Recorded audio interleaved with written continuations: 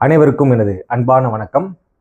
இன்னைக்கு நாம் என்ன பார்க்க போறோம் அப்படின்னா, தமிழ்நாட்டில் சமூக சீர்திருத்தவாதிகளாக விளங்கிய வாடிய பயிரை கண்டபோதெல்லாம் வாடினேன் என்று மனவருந்தி பாடிய வள்ளலார் என்று அன்போடு அழைக்கப்படக்கூடிய ராமலிங்க அடிகளை பற்றியும், அதனுடன் திராவிட இயக்கத்தின் விடிவெள்ளியாகவும் ஒடுக்கப்பட்ட மக்களின் வாழ்வை முன்னேற்றுவதற்காக தனது வாழ்நாள் முழுவதும் பாடுபட்ட அயோத்திதாச பண்டிதரை பற்றி தான் இன்றைய காணொலியில நம்ம பார்க்க போறோம். சரிங்களா, வாங்க. இந்த உலகில் உள்ள ஒவ்வொரு உயிரினங்களிடையேயும் நம்பிக்கை, இரக்கம் என்னும் இரண்டு பண்புகள் இருக்க வேண்டும் என்றவர். துயரப்படும் உயிரினங்களை பார்த்து இரக்கப்படாதவர்கள் கல்நஞ்சக்காரர்கள், அவர்களது ஞானம் மேகத்தால் மூடப்பட்டு இருக்கும் என்றவர். தனது அன்பையும் இரக்கத்தையும் வாழ்நாள் முழுவதும் ஒவ்வொரு உயிரினங்களிடமும் காட்டியவர். யார் அவர்? அவர்தான் வள்ளலார் என்று அன்போடு அழைக்கப்படக்கூடிய ராமலிங்க அடிகள்.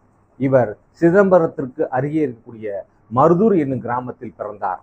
இவரது தந்தையின் இறப்புக்கு பின்பாக இவர்களது குடும்பம் சென்னையில் உள்ள வள்ளலாரின் சகோதரரின் குடும்பத்திற்கு இடமாற்றப்படுகிறார்கள்.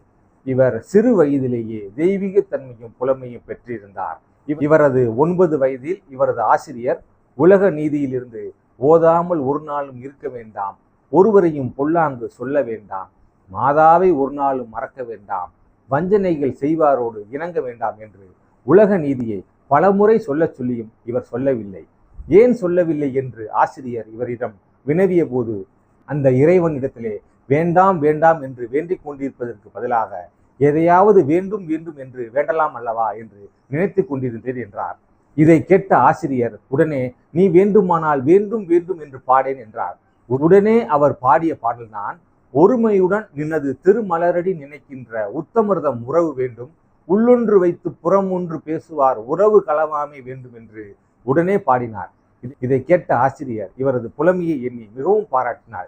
இதே போன்று இவரது புலமைக்கு சான்றாக விளங்கிய மற்றொரு சம்பவம் என்னவென்றால், இவரது அண்ணனுக்கு ஒரு நாள் உடல்நலக் குறைவு காரணமாக சொற்பொழிவாற்ற செல்ல முடியாத காரணத்தால் இவர் தனது தம்பியை அனுப்பி வைத்தார். அன்று சொற்பொழிவாற்ற சென்ற வள்ளலார் அவர்கள் பெரிய புராணத்தில் இருந்து ஒரு பாடலை 3 மணி நேரமாக சொற்பொழிவாற்ற விதத்தை கண்ட அங்கு கூடியிருந்த மக்கள் அனைவரும் இவரை வெகுவாக பாராட்டினார்கள். இதை கண்ட இவரது அண்ணன் அவர்கள், அந்த முருகனே தனக்கு தம்பியாக வாய்த்துள்ளார் என்று பெருமைப்பட்டார். தனது இரக்கத்தையும் அன்பையும் செடி கொடிகள் உட்பட அனைத்து உயிர்களிடத்திலும் காட்டினார்.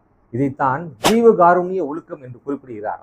இவ்வாறு தனது அன்பையும் இரக்கத்தையும் ஒவ்வொரு உயிரினங்களிடையேயும் காட்டுவதற்காக 1865 சமரச வேத சன்மார்க்க சங்கம் என்னும் அமைப்பை நிறுவினார். இந்த அமைப்பு பின்பு சமரச சுத்த சன்மார்க்க சத்திய சங்கம் என்று பெயர் மாற்றம் செய்யப்பட்டது. அதன் பிறகு தென்னிந்தியாவில் ஏற்பட்ட கொடிய பஞ்சத்தை தொடர்ந்து 1866 சாதி மத வேறுபாடுகளை கடந்து அனைவருக்குமான ஒரு உணவகத்தை வடலூரில் அமைத்தார்.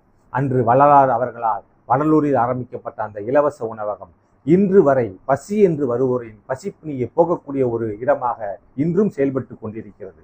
இவர் தான் வாழ்ந்த காலத்தில் பாடிய ஏராளமான பாடல்களின் தொகுப்பு திருவருட்பா என்ற தலைப்பில் தொகுக்கப்பட்டுள்ளது.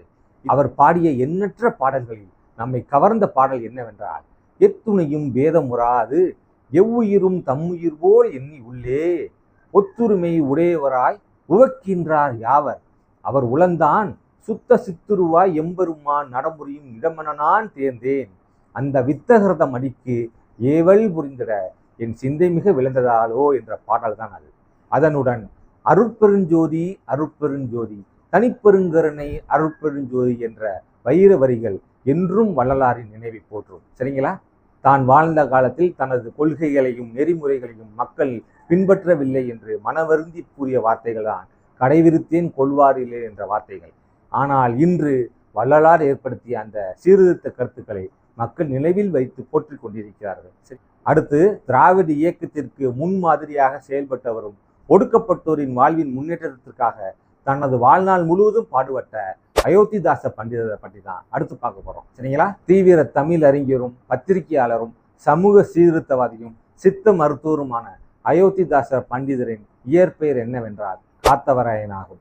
இவர் தனக்கு சித்த மருத்துவத்தில் குருநாதராக விளங்கிய அயோத்திதாச பண்டிதரின் மேல் உள்ள பற்றால் தனது பெயரை அயோத்திதாசர் என்று பெயர் மாற்றிக் கொண்டார். சரிங்களா? இவர் தமிழ், ஆங்கிலம், சமஸ்கிருதம், பாலி போன்ற மொழிகளில் புலமை பெற்றிருந்ததோடு சரளமாக பேசக்கூடியவர்.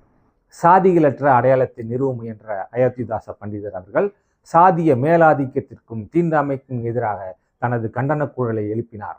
கல்வியை வலிமை பெறுவதற்கான கருவியாக கருதிய அயோத்திதாச பண்டிதர் அவர்கள் ஒடுக்கப்பட்டவருக்கான பல பள்ளிகள் உருவாவதற்கு உந்து சக்தியாக திகழ்ந்தார். ஒடுக்கப்பட்டோரின் கோயில் நுழைவு போராட்டத்திற்கு ஆதரவு தெரிவிப்பதற்காக அத்வைதானந்த சபா என்னும் அமைப்பை நிறுவினார்.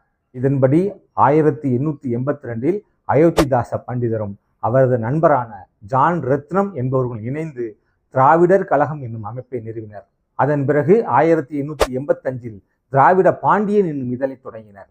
1881 இந்தியாவில் மக்கள் தொகை கணக்கெடுப்பு நடந்த பொழுது நாங்கள் இந்துக்கள் அல்ல, நாங்கள் ஆதி திராவிடர்கள், ஆதி தமிழர்கள் என்று பதியும்படி அரசுக்கு கோரிக்கை விடுத்தார். அதன் பிறகு 1891 திராவிட மகாஜன சபை என்னும் அமைப்பை நிறுவி அதன் முதல் மாநாட்டை நீலகிரியில் நடத்தினார்.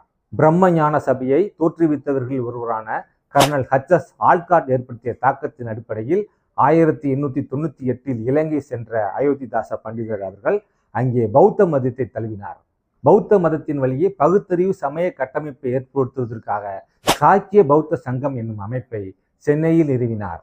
1907 ஒரு பைசா தமிழன் என்னும் வாராந்திர பத்திரிகையை துவங்கிய அயோத்திதாச பண்டிதர் அவர்கள் 1914 தான் காலமாகும் வரையில் தொடர்ந்து நடத்தினார் அந்த பத்திரிகையை. சரிங்களா? இந்த காணொளியில தமிழ்நாட்டில் சமூக சீர்திருத்தவாதிகளாக விளங்கிய வள்ளலார் என்று அன்போடு அழைக்கப்படக்கூடிய ராமலிங்க அடிகளை பற்றியும், அதோடு தமிழ்நாட்டில் திராவிட இயக்கங்களுக்கு விடிவெளியாகவும் ஒடுக்கப்பட்டோரின் வாழ்வின் முன்னேற்றத்திற்காக அரும்பாடுபட்ட அயோத்திதாச பண்டிதரை பற்றியும் தெளிவாக பார்த்துட்டோம் அப்படின்னு நம்புறேன். 10ஆம் வகுப்பு பொதுத் தேர்வில் 19ஆம் நூற்றாண்டில் சமூக சமய சீர்திருத்தவாதிகள் ஏற்படுத்திய தாக்கத்தை பற்றிய கொஸ்டின்ஸ் கட்டாயம் கேட்க வாய்ப்பு இருக்கு. அதனால இந்த பாடத்துல கூடுதல் கவனம் செலுத்தி படிச்சுக்கோங்க. சரிங்களா? நன்றி, வணக்கம்.